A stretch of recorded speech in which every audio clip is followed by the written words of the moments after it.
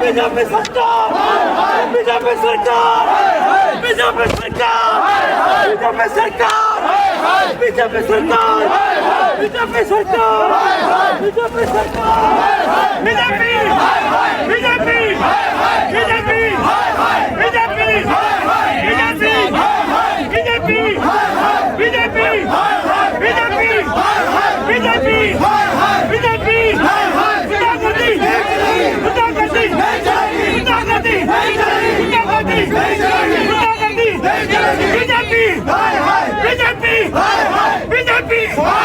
BJP,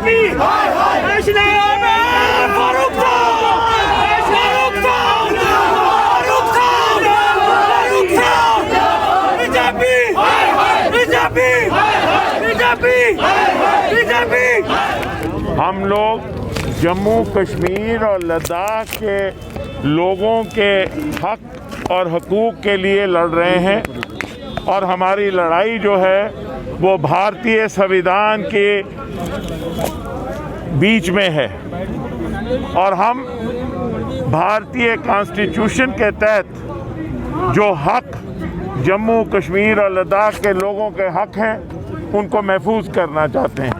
5 अगस्त के बाद यहाँ पे भाजपा के कदावर नेताओं ने लोगों को आश्वासन दिया कि यहाँ के लोगों की नौकरियाँ, यहाँ के लोगों की ज़मीनें उनके लिए महफूज रखी जाएंगी और उनका हक उनसे नहीं छीना जाएगा। हम भारत का हिस्सा हैं, लेकिन क्या अपने लोगों के लिए उनका हक मांगना क्या गैर आईनी है, क्या गैर कानूनी है? और आज हम एक बड़े अपने मीटिंग एक कर रहे थे पार्टी की, जिसमें हम अपने लैंड लॉज के बारे में और बाकी घटनाओं क्रम पे विचार विमर्श कर रहे थे। बाहर पुलिस का इतना पहरा लगा दिया गया और हमें उसी वक्त इत्तला आई कि डॉक्टर फारूक अब्दुल्ला साहब को ईद मिलाद-उन-नबी पे जाने नहीं दिया जा रहा, गुपकार में उनको रोक दिया गया। हम एहतजाज नहीं करना चाहते थे, हम मीटिंग कर रहे थे और फिर सीनियर लीडरशिप ने ये फैसला किया कि वक्त आ गया हम राजभवन जाएं और गवर्नर महोदय के वहाँ दस्तक दें और कहें कि जमहूरियत को मजबूत किया जाए, जम्मू कश्मीर में जमहूरियत का कत्ल ना हो। और डॉक्टर फारूक अब्दुल्ला जैसा कदावर नेता, जो आदमी एक सिंबल है जम्मू कश्मीर का और नेशनलिज्म का सिंबल है और सेकुलरिज्म का सिंबल है, उसको इस वक्त वहाँ गुपकार में क्यों बंद किया गया है? ईद मिलाद-उन-नबी की नमाज अदा करने के लिए उनको नहीं जाने दिया जा रहा। ये कौन सा जमहूरियत है? ये कौन सा निज़ाम है? अगर फारूक अब्दुल्ला नेशनलिस्ट नहीं है, अगर फारूक अब्दुल्ला सेकुलर नहीं है, तो मैं समझता हूँ कोई आदमी जम्मू कश्मीर में ना नेशनलिस्ट है ना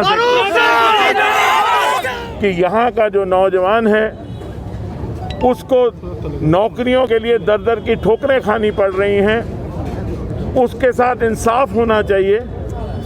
और जो ज़मीनें हैं उनको इसलिए महफूज रखा जाए क्योंकि शेख साहब ने लैंड टू द टिलर लाकर गरीब आदमी को हक दिया और उसकी वजह से हर आदमी के सर पे एक छत है, खाने के लिए उसके पास दाने हैं, कोई भूखा नहीं सोता क्योंकि उसके बाद छोटी छोटी ज़मीन के टुकड़े हैं जो शेख साहब ने उसको दिए थे। वो एक्ट भी आज अबॉलिश कर दिया गया, बिग लैंडेड एक्ट। तो हम ये चाहते हैं कि लैंड लॉज इस तरह से बने या और ताकि लोगों की ज़मीनें महफूज रहें और लोगों के जो ज़मीन है और नौकरियां हैं वो नौजवानों के लिए महफूज रहें और नौजवानों को नौकरियां मिलें। इसके चलते हम यहाँ एक मीटिंग कर रहे थे, डिस्कस कर रहे थे, अपनी स्ट्रेटजी बना रहे थे और हमें ऐसे घेर दिया गया जैसे कि कोई कैद खाने में हम हों और जैसे कोई हम एंटी नेशनल हों। चारों तरफ पुलिस के पहरे लगा दिए गए जैसे कोई हम टेररिस्ट हों, जैसे हम कोई आतंकवादी हों। और हमने ये फैसला किया, सीनियर लीडर हैं, साहब मंत्री हैं, पार्टी के सीनियर MLAs और MLCs और बाकी सब ने ये फैसला किया कि हम राजभवन तक जाएंगे, पीसफुली डेमोक्रेटिकली जाके अपना एहतजाज करेंगे। इतने में खबर आई कि डॉक्टर फारूक अब्दुल्ला साहब को गुपकार में अपने घर से बाहर नहीं जाने दिया जा रहा ईद मिलाद-उन-नबी की नमाज अदा करने के लिए। और इसलिए हमने ये कहा कि हमें फौरी तौर पे निकलना चाहिए, जाके राजभवन में जाके हमें गवर्नर साहब महोदय से ये कहना चाहिए कि जमहूरी कदरों को कायम रखें जम्मू कश्मीर में, और जो लोग जमहूरियत का झंडा लेके खड़े हैं उनको एक मौका मिलना चाहिए कि वो अपनी बात मुनसिफाना तरीके से और आज़ादाना तरीके से अपनी बात को जमहूरी भारत के जमहूरी कदरों के आइन के बीच में रख के कर सकते। हम भारतीय हैं और हमेशा भारतीय थे।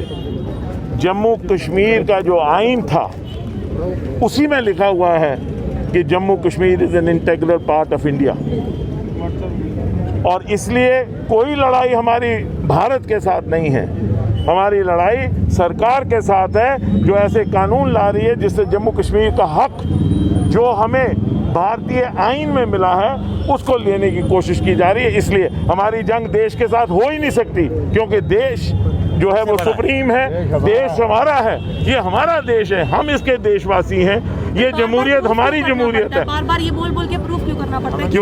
क्योंकि हमें किसी से सर्टिफिकेट ना लेना है ना देना है। अगर नेशनल कॉन्फ्रेंस के बाद कहीं ना कहीं डिटेंशन का सिलसिला खत्म हो गया था, आज दोबारा डिटेंशन का के साथ हमारी पूरी सहानुभूति है, और मेरी आपके माध्यम से सरकार से ये अपील है कि हर वो पॉलिटिकल वर्कर जो जमहूरी कदरों पे जमहूरियत को चला के जम्मू कश्मीर में चल रहा है उसको प्रोत्साहित किया जाए, उसको महफूज रखा जाए, और उसकी सुरक्षा और उसकी परिवार की सुरक्षा।